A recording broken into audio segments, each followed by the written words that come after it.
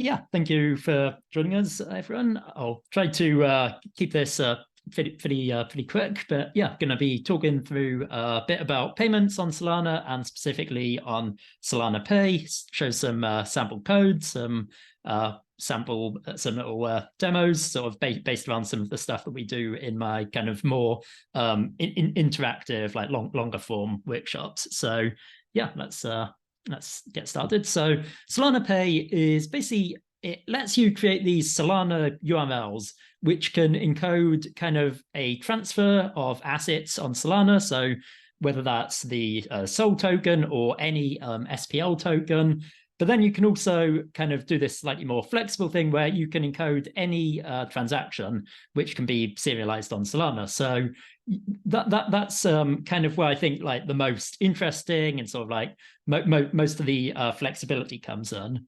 And it kind of lets you move beyond the typical UX that you've probably seen before, where you go to some website, you need to connect your wallet, you select your wallet, you connect, and then you're sort of connected to that website in some sense. And then you can sort of send your transactions from there. Lets you kind of move beyond that and enables use cases like a point of sale device, for example, where you want to be able to display a transaction for a user to perform. You want to sort of know that they've performed that transaction, but you don't want to sort of have this hassle of them having to like connect their wallet and sort of like go through that kind of flow. So it sort of enables a very sort of different, I think more flexible, more interesting sort of UX around Solana transactions.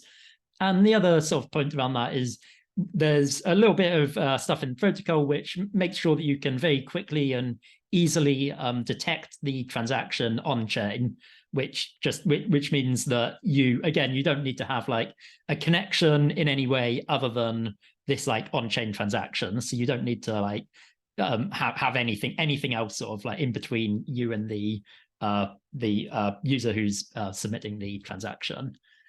And I'll kind of show a little bit of the code around that from our SDK as well.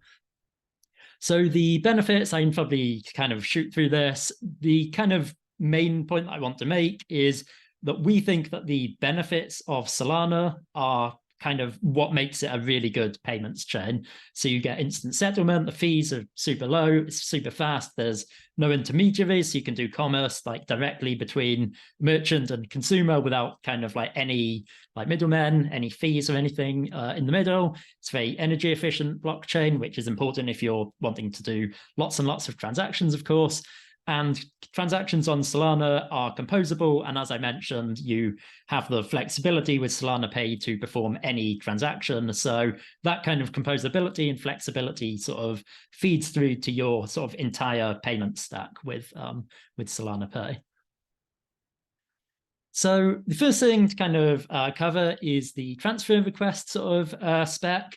So this is where you're just sending some tokens on Solana using Solana Pay. So you're basically just encoding into a URL, and that URL would then be displayed, for example, as a QR code or in an NFC tag. Are the sort of two main things that we've seen so far, and that would then the user would then with their mobile wallet be able to sort of perform that transfer. So all you're doing here is you're putting in the recipients. This is who you want to send stuff to, and in this case I'm sending like 5, and this token is, let's say, USDC. So I have this URL, can sort of encode that, show it anywhere, and it'll allow a mobile wallet to send 5 USDC to this recipient here. The other kind of piece, which is around the transaction detection on chain, is the reference. So we let you.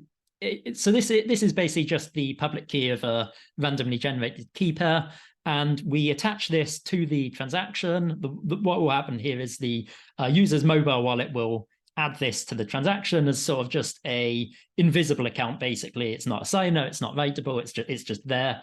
And we're then able to detect that transaction very easily on chain by using that reference. So it's kind of enables you to have this. So if you imagine, like, if you were in a shop, for example, and you had like multiple tills and you had like the same recipient for all your transactions, you don't really want to be like having to listen to like all the transactions to the merchant wallet. You want to be able to like have each till kind of specifically verifying and listening to and validating the particular transaction that it's trying to perform. So the kind of flow here is that you generate this reference and all the sort of other parts of your transaction, you put them into or your transfer in this case, you put them into this URL, you then encode that, display it to the user. And then on the sort of front end, where you're listening and sort of detecting the transaction, you use that reference, you find any transaction that includes that reference, and then you perform your validation, make sure it's the expected transaction, and then you can, update the UI, tell the user that it's been successful in kind of the same way as like any sort of point of sale sort of indicates success of a transaction.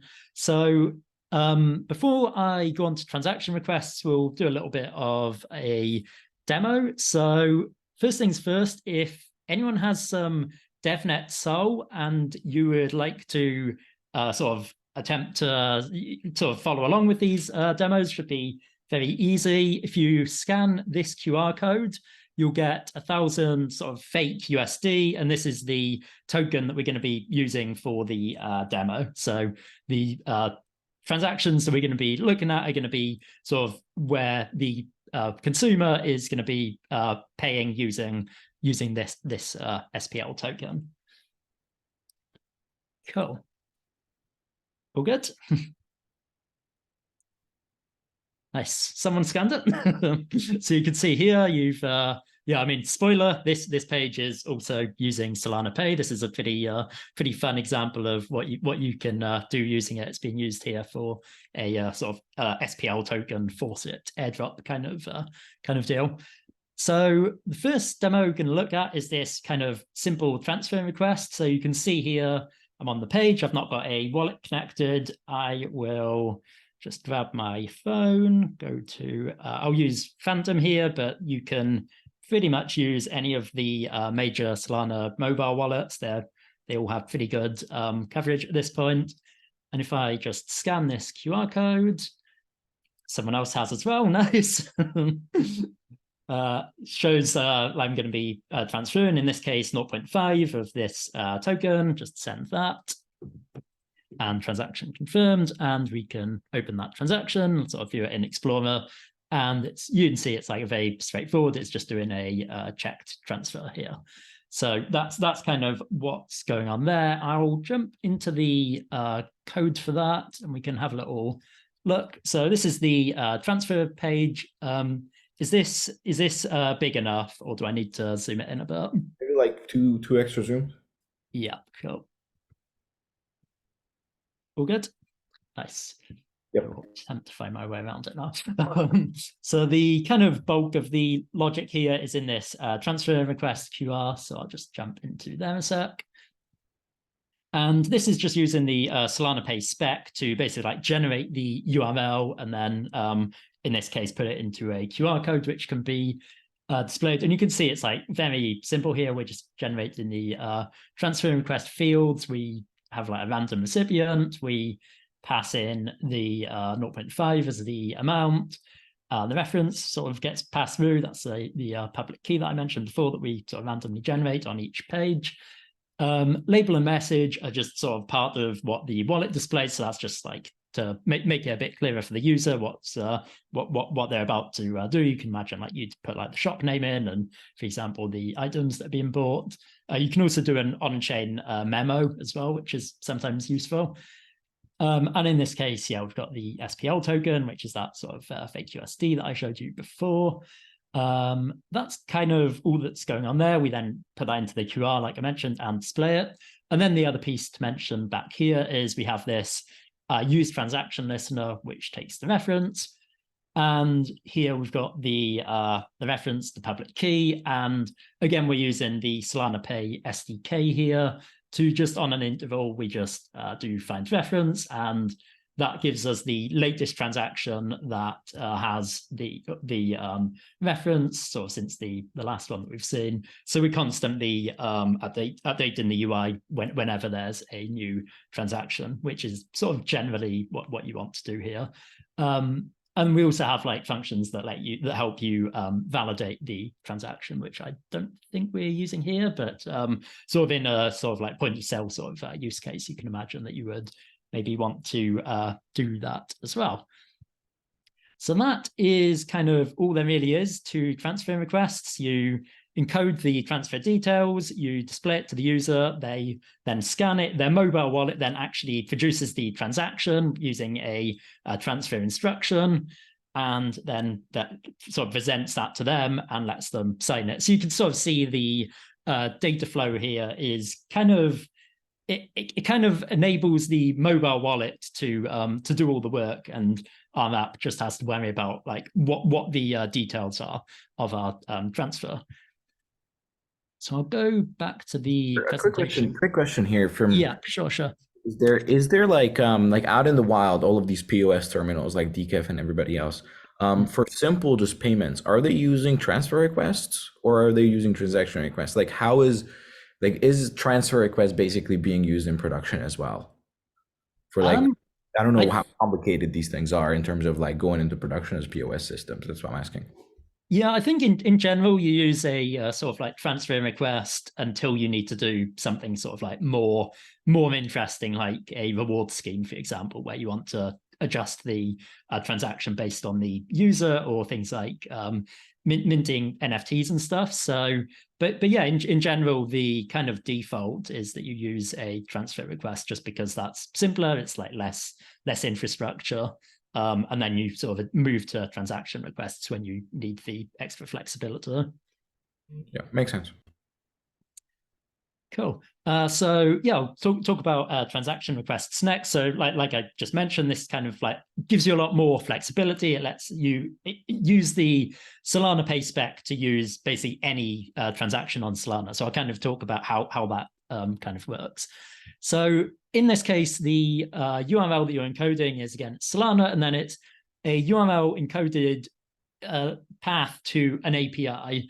And what this API is basically going to do is it takes us input the public key of a user that's scanning the QR code using their wallet, and it then outputs a transaction. So what this means is that you know who the user is who's scanning it at the point where you create the transaction. So this means that you can do things like, for one, you obviously need to like use their public key in that transaction. So you need to like use it as like the recipient of things or the sender of things. But you can also do things like look at what assets they own on chain, look at sort of past transactions they have with you, or like what NFTs they own from you. And you can do things like give them an automatic discount or mint an NFT as part of the transaction that you're sending to them. So I'll kind of show a quick kind of demo of this, and then we can do a code walkthrough. I actually kind of like basically skipped to the end here of like a workshop where we kind of like walk through adding a bunch of like interesting features to a transaction. So the transaction that we're presenting here is actually quite complex. So we can set some like weird parameters here. In this case, we're like a pizza store and we're letting people buy their pizza. And so again, I'm just going to convince Phantom to work and then scan this QR code. And what's going on here now is I've scanned the QR code. My wallet is now making a request to the API, which is encoded in that QR code. And it sends it my public key. That then sends back the transaction, which is then shown to me in my wallet. I confirm, and I'll just open up that transaction in Explorer. So you can see here, there's like a lot more going on here. I've like composed a sort of a bunch of different functionality here. And I'll go through some of the code for that in a moment, but kind of just want to demonstrate some of what we sort of have in this transaction. So again, we've started with a simple transfer. In this case, I'm just sending him one of the USDC to the merchant, to the shop.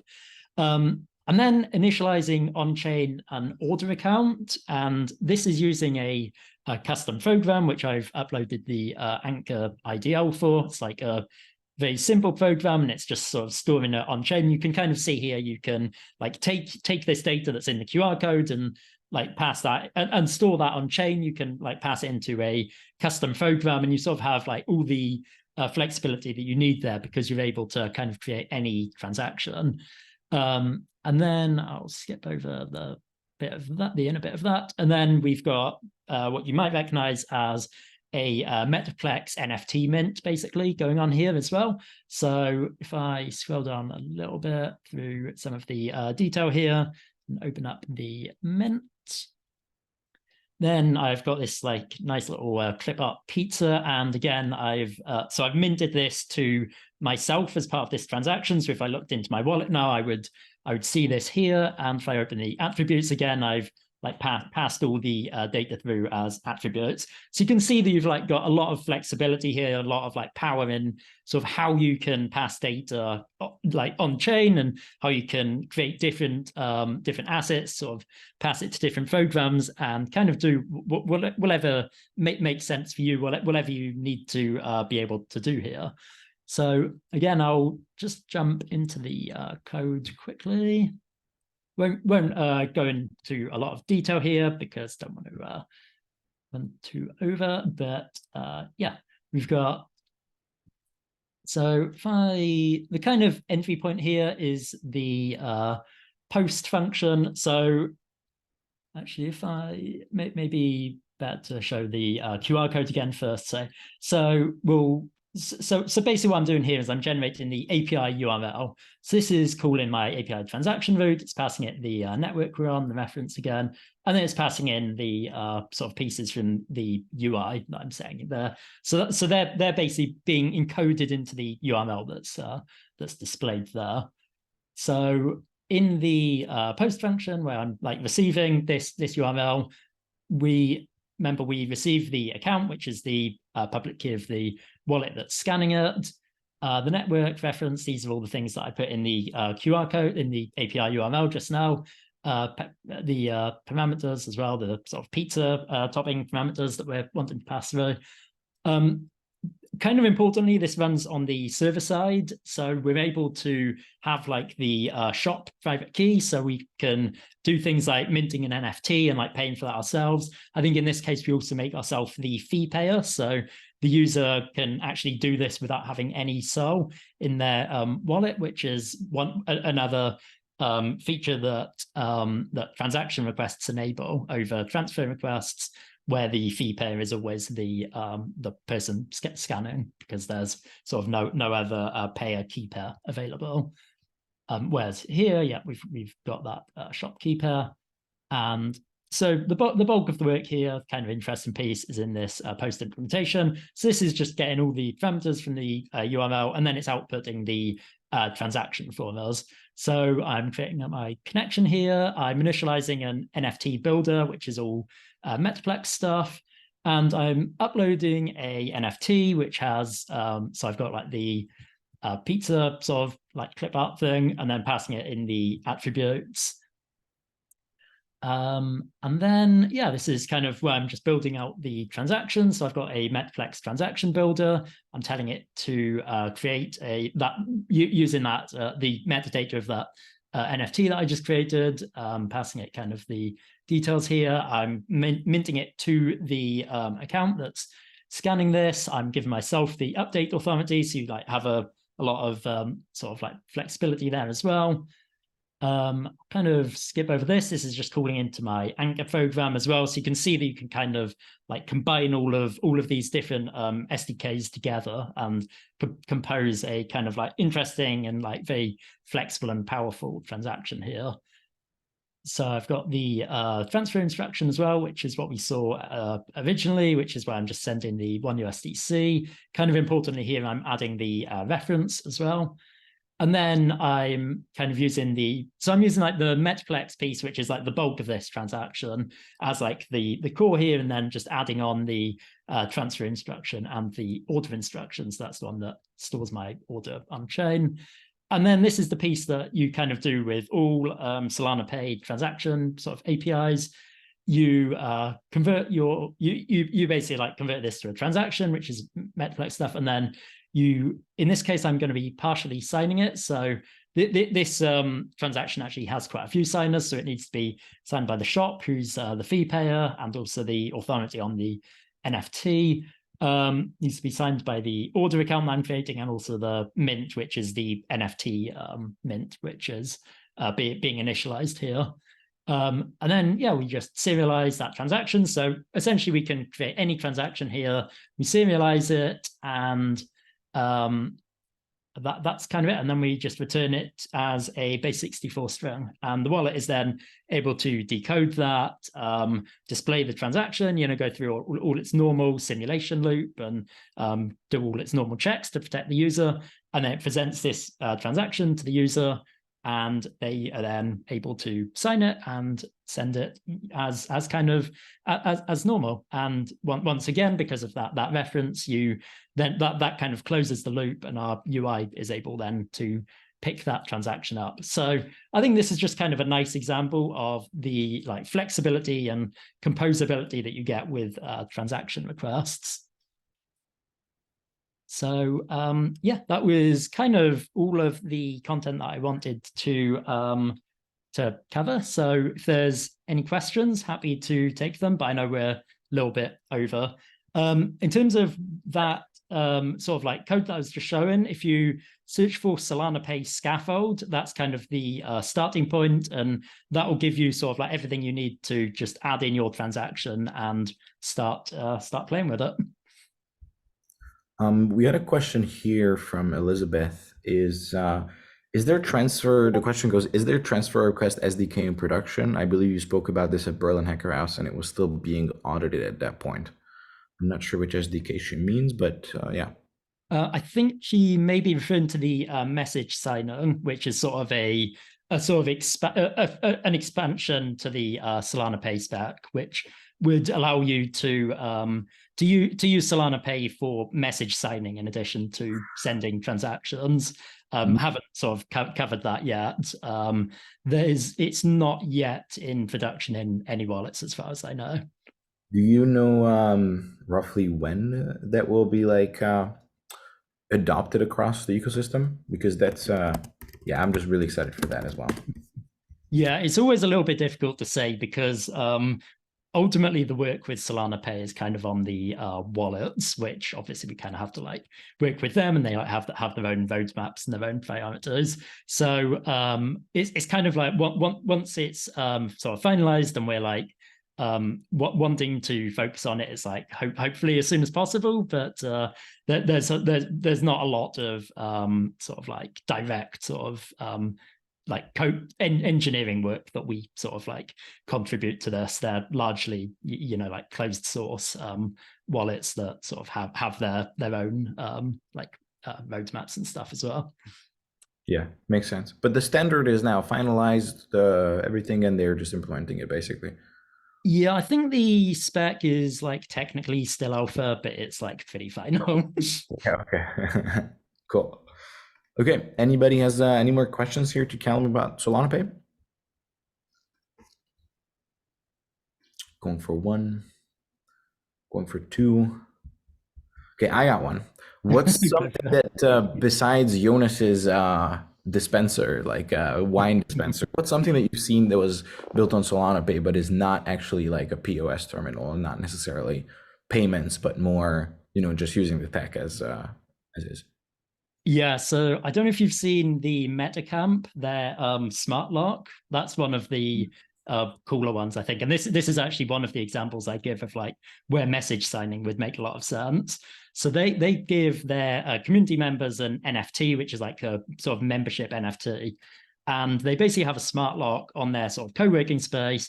And it's just got an NFC tag in it, which has a Solana Pay URL. So you tap that, you get a Solana Pay thing, and it just asks you to sign a transaction. Once you do that, it just verifies that the person who signed that transaction owns one of their NFTs. If you do, then it opens the lock. So I think that's like a really cool sort of way of using this. It's kind of something that you can't really do sort of any other way. You like you kind of need to be able to like use Solana Pay to be able to like query sort of like what NFTs and stuff they have.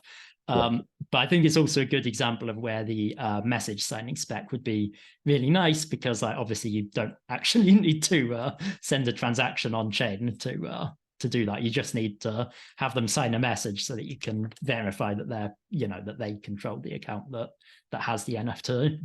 Yeah, 100%. And that's also that NFC chip. That's a single URL, and then it's a transaction request, basically. Like exactly, yeah.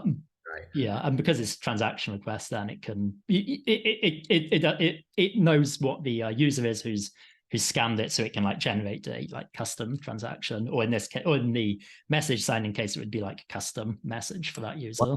One last thing here is that during the I went to an event during last breakpoint where they actually confirmed already, once you scanned it, you didn't need to basically submit the transaction, which is, you know, it's not the safest thing. Yeah. Somebody basically go about hacking that, quote unquote, of when you're basically scanning, like that interaction there, is it very unsafe to not look for? Yeah, it's very unsafe. Yeah, so just like wallet address and that's it, and you could just send it. Yeah, so you would just scan the QR code, decode the URL that's in it, and then I do this like all the time for debugging and stuff, but you just send a like post request to that URL with any public key. Right. So you really do need them to like sign something with that public key to know that it definitely is them. Makes sense. Elizabeth is asking, when Solana Pay to start your car? I think this is a question. It's a good idea. Jonas will be doing this soon. Yeah. Cool. Well, thank you very much, Callum. If there's any more questions, feel free to drop them in the chat. This will also be recorded. This is also being recorded, so we'll also publish it after on YouTube and on Twitter as well. Cool. And with that, I would like to move over to Marius from Camino, which is more of a chat, I believe, more of a chat format that we're gonna be hosting here. Unless Marius, I would actually ask you, do you have some stuff that you wanted to talk about yourself, or do you just want us? We have a couple questions here, a couple topics that about DeFi that I wanted to ask you as well. But if you have I got some stuff, but it's not as nice as Callum's presentation. It's all good. I'm doing it dev style, so I just wrote a bunch of things down on VS Code. I could share with people. Yeah. But yeah, we discussed we were gonna go through basically three topics. What's pressing to happen in Solana DeFi, or generally in DeFi right now? How can you get started? What do you need as a team? You know, what's the tech stack? And some 3 ideas that you could just go and code right away. So maybe a bit of context. I'm one of the co-founders of Hubble and Camino. And Hubble started as a hackathon project. I joined as a solo dev Solana season hackathon. So that was almost 2.5 years ago. And I didn't have any ideas of what to do. So I just found a white paper online for something on ETH, and I just started coding. So that kind of brings me to the first point, which is, what do you need to get started? And I'm going to give just basically practical tips. If you're a solo dev and you just work nicely by yourself, you really need to be able to have a UI for whatever you build. You know, whenever people build something for the hackathons and they want to show it to people, you need some sort of basic user interface. And this user interface doesn't have to be fancy, but something that people can click into so they get interested in your project, because after that, the project can take off. So you need some sort of front-end skills, React. You know, there's a lot of templates that you can take from.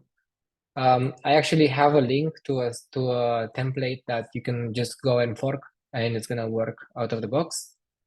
And then the last thing is, depending on the complexity of what you want to build, you either need to know Rust to do, smart contracts in Solana, or simply TypeScript, so you can use APIs from different people and put them together.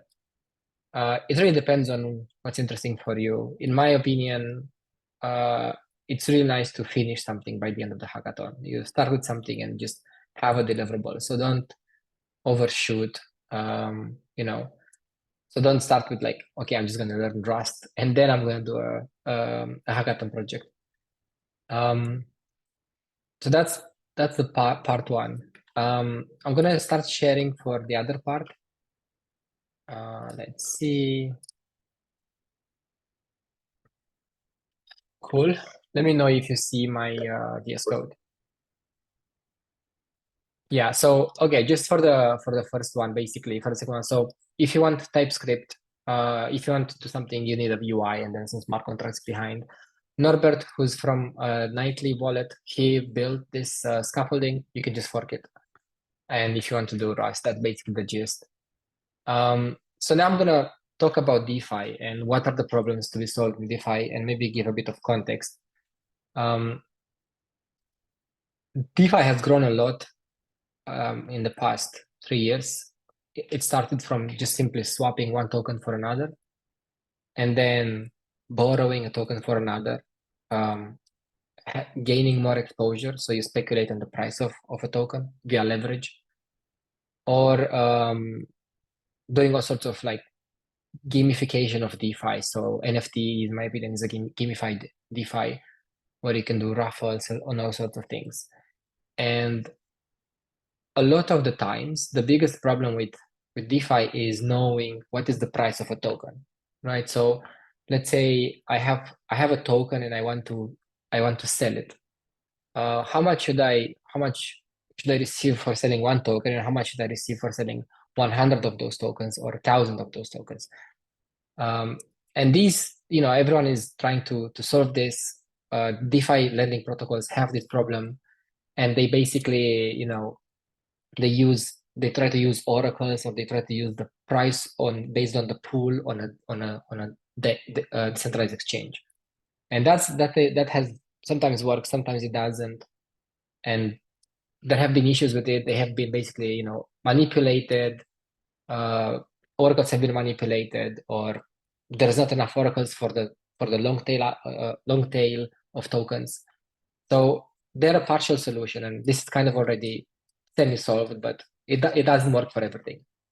And there's something that was kind of came to mainstream, let's say crypto mainstream in the last few months, which is limit order Dutch auctions. And I think this is something that Solana doesn't have at the moment, and I think it could grow a lot. And I think we're in great need of it. We need it basically ourselves for both protocols, and whoever's going to build it, I think it's going to be very useful. So let me just describe what it is and what it solves. A Dutch style limit order essentially starts saying that I want to sell this token for $1 million. And probably nobody's going to buy it from you, but it says every 1 minute I want to decrease the price I'm willing to receive by 10%. So now I'm willing to sell it for 900K, then for 800K, and then it keeps decreasing. And at some point, if it decreases linearly, or if it decreases whatever curve you choose, it's going to reach a price where people are actually willing to buy it from you. And if the auction is deterministic, so in 10 minutes it's going to reach the price I want,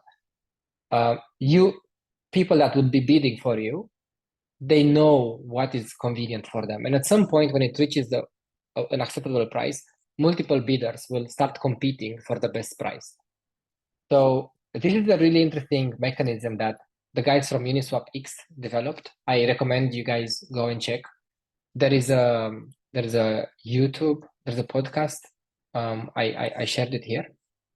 You can go deep into this, but it's essentially, it helps with two things. It helps with price discovery, so you don't have to depend on the pool on Orca to tell you what the price of something is, because Orca tells you how much it is based on the current available liquidity or current whatever people are willing to deposit on chain. But if you start a Dutch order and you have like a wide audience, people will just start bidding whenever it's convenient for them. And it helps with price discovery, like I said, so you know what it costs. And then it helps with liquidation, so which is kind of the same thing. Whenever a protocol has too much collateral of something and wants to sell it, it doesn't know how much should it sell it for. Should it count on oracles? Should it not? If you have oracles, again, you have the issue of having to trust some oracle. Should you use like a weighted average price for the price, etc. If you use Dutch options, you just let the market decide for you, and you don't have a problem of someone front running you. There's nobody that whenever you put it out there to be sold, someone snipes it because he's a better trader. You just it's up to the high price, nobody will want it, and it just keeps decreasing until a lot of people will willing to buy it for, or it becomes an arbitrage. So I think this is a really cool mechanism, and it exists right now in Ethereum. It doesn't exist on Solana. It's a very small primitive that should be built, and I think it's pretty cool if someone goes for it. And it basically the philosophical problem that we're trying to solve is what's the price of a token, how much do they sell it for, what is the market willing to pay for it. That's the problem I wanted to talk about. There are thousands of them, but this is like a simple one that you can do in a hackathon. Cool. And basically the last thing I want to touch upon is if I were to do a weekend project, and I had like some spare time because I'm so busy working on like projects we're working on, and these are the ones that I would go for. So you can build in a hackathon. The first one is there is this like automated strategy that is proven to work, but nobody has built it. I don't know why. Where you can just say, I want to buy something when it's below a specific price, and I want to sell it when it's above a specific price. And this works a lot of the times because prices tend to mean revert sometimes. Prices, they fluctuate a lot. Prices in crypto have a lot of volatility. So if you find out the middle of the current trend or of the current range, you can just like do this buy below when it's below 19, for example. Right now it's 19.6 or 7. You buy it, you have USDC and you buy it, and then you're fully in Sol. As soon as it crosses, you sell it all. And you can sell it every 5 minutes, so you like average out the price. And you just keep doing this on a loop. And I would definitely use this. This is kind of a mean reversion strategy. I think it's quite interesting. Yeah, that's the first idea. The second idea is just Dutch auctions, which I mentioned here. You can look at Uniswapix for the spec. I think it's a highly needed one. Games, if you want. There's like, Degen coin flip. I like a lot. It's to demo to people. It's fun, appeals to the gambler in some of us. Highly recommend playing with it. The next evolution would be like rock, paper, scissors. So like two people can just like, I don't know if you're talking, you're muted, but yeah. So rock, paper, scissors would be cool to play with people on USDC. I would play with the guys. And there's some like auction strategies that work well with crypto because you can actually put tokens on and you can like auction. So there's like to get the 2/3 of the average of some that some people are guessing. It's quite a game theoretical protocol you could or game you can try to build. Dollar auction is so interesting, has been tried, and it works with bonk. We've seen like crazy auctions for like I don't know how many thousand bonks. So you can like try variations of this, and raffles, like famous folks. These are very famous. People go for raffles, they like them. So these are things I would build in a weekend. I think they're cool, and it helps you hone in your skills. And then after you've built something and you deliver it, you'll think what are the next variations, and then how do I take it from here? And if you want more ideas, there is this accelerator we've been part of, Alliance, which I highly recommend to apply after your hackathon too. And they build like there's like more than 100 crypto ideas of what it's called request for startups. So you can go here and get inspiration. I think there it goes from complicated to simple ones. So I highly recommend checking this out. And the last one is something very complex, but maybe some people are interested. Volatility oracles or building like on-chain VIX. Take a look at switch for V3 is like, I think it's something that only exists in Solana. It's extremely cool. It's underexplored because it's still very new and it can do a lot of interesting things. So I recommend checking it out and building something with that. So yeah, that's my these are my thoughts. That's awesome, man. I was If you guys have questions. the rock paper scissors, it didn't even occur to me. That would be so easy to do on Solana. Like just rock paper scissors back and Yeah. play against anybody. You can play against bots too. I'm a big Yeah. of gamified. Well, you call it gambling in the real world, but yeah, gamified DeFi is how I would call it now. Yeah. I think so. So you know what appeals to people, like if you Yeah. think gamification or gambling of things, this is just some shower thoughts. But you go from like the simplest thing where you just like roll the dice and you bet on the number, but people don't like that. And then it goes into like skill-based gambling where you think, like I love Barcelona or I love whatever, Real Madrid. And I've been following them. I know I have an edge, so I'm betting on them. So it goes from like no skill involved to like skill-based games. And I think people enjoy having an edge and trying to monetize that edge. So I think that's one way to look at them. Yeah. What is that? If you can expand as a quick question on the first on the automated strategy, buy low, sell high. And that's quite a natural like viewpoint on like, okay, how do you trade? What's like what will be the difference, for example, as like a newbie like me in DeFi, for example, a trading bot, versus like this, or like where's like the line of like, okay, building a fully fledged trading bot versus just keeping this buy low, sell high.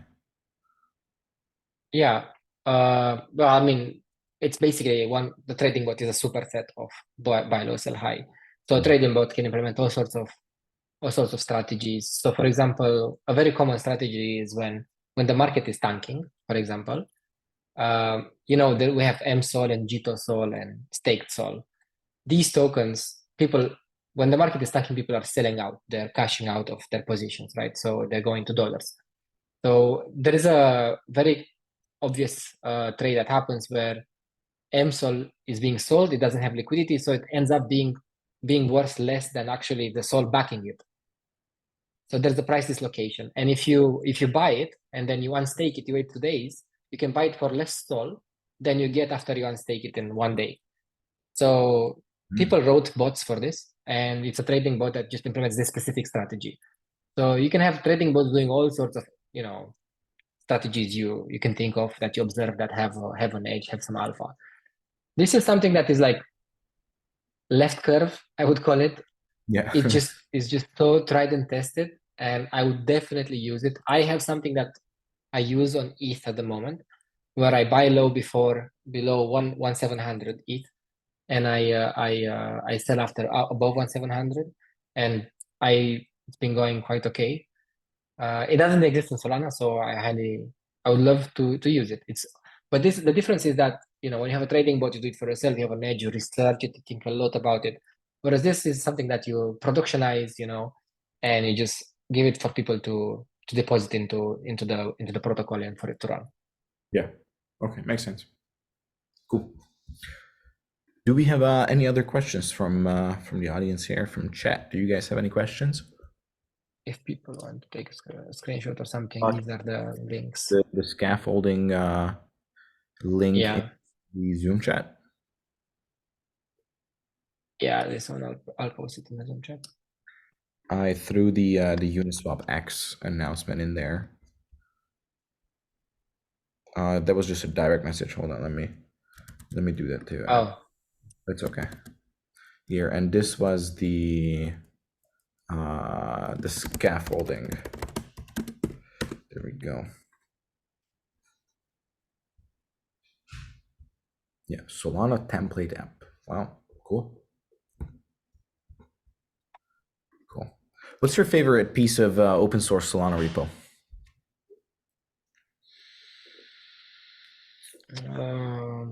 A spot there. Yeah, let me think. Say Solana Pay. Let me think something I like.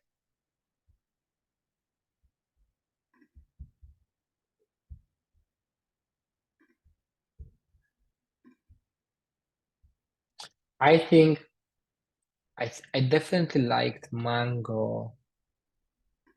I Yeah. think I liked Mango V2 a lot. I haven't really looked a lot at V4, Mhm. but I liked Mango a lot.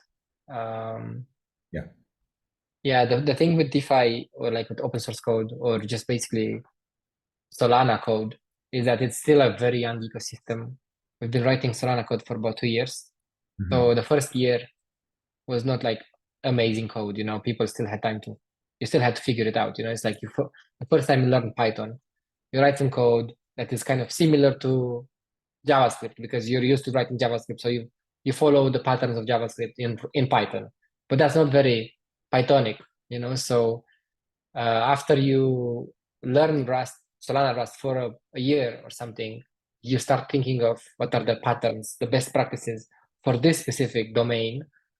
And then these become, common reusable best practices. And now when I look at repos, they all follow very similar patterns.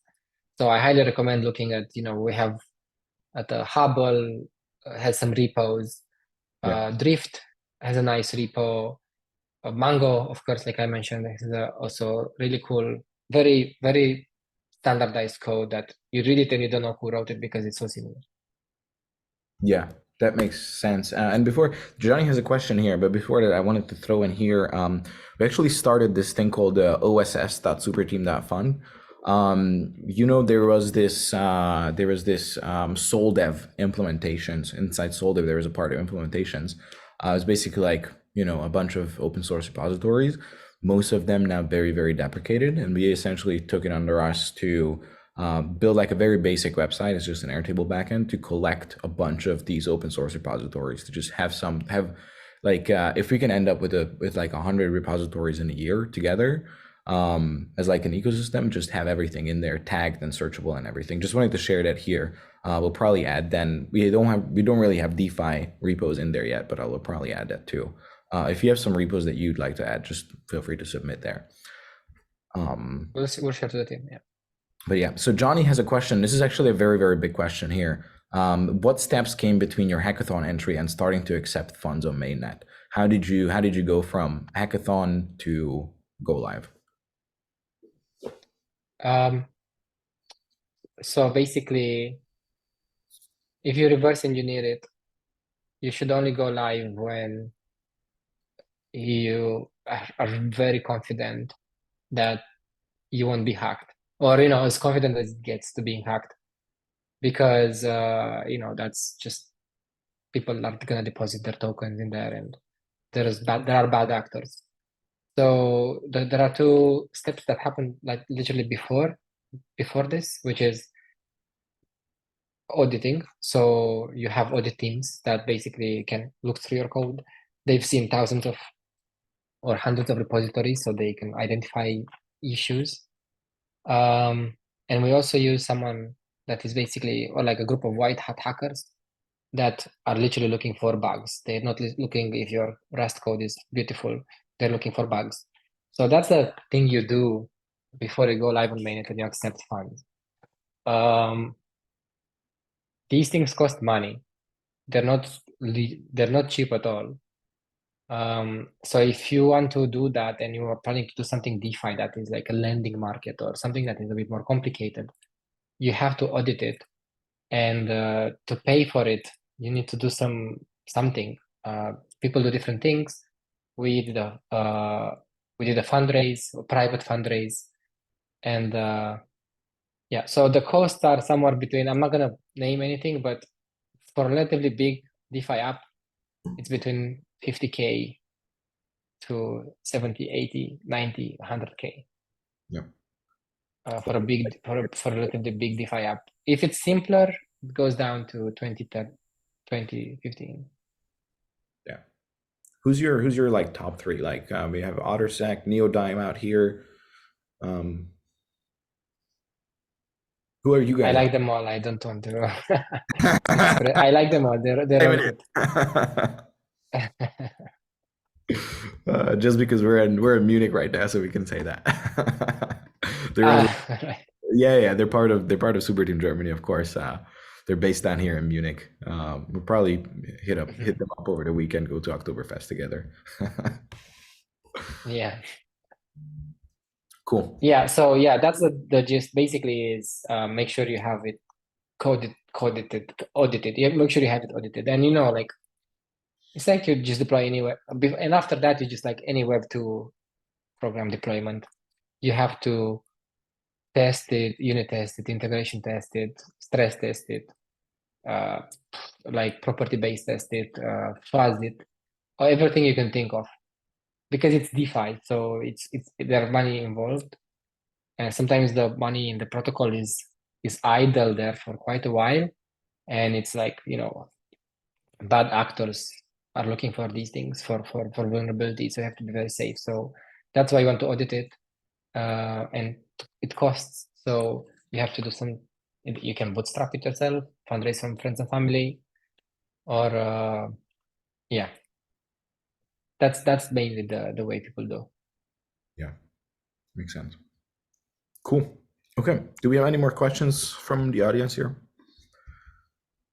Going for 1, going for 2 Mississippi, 3 Mississippi, and sold. Thank you very much. Thank you, Johnny.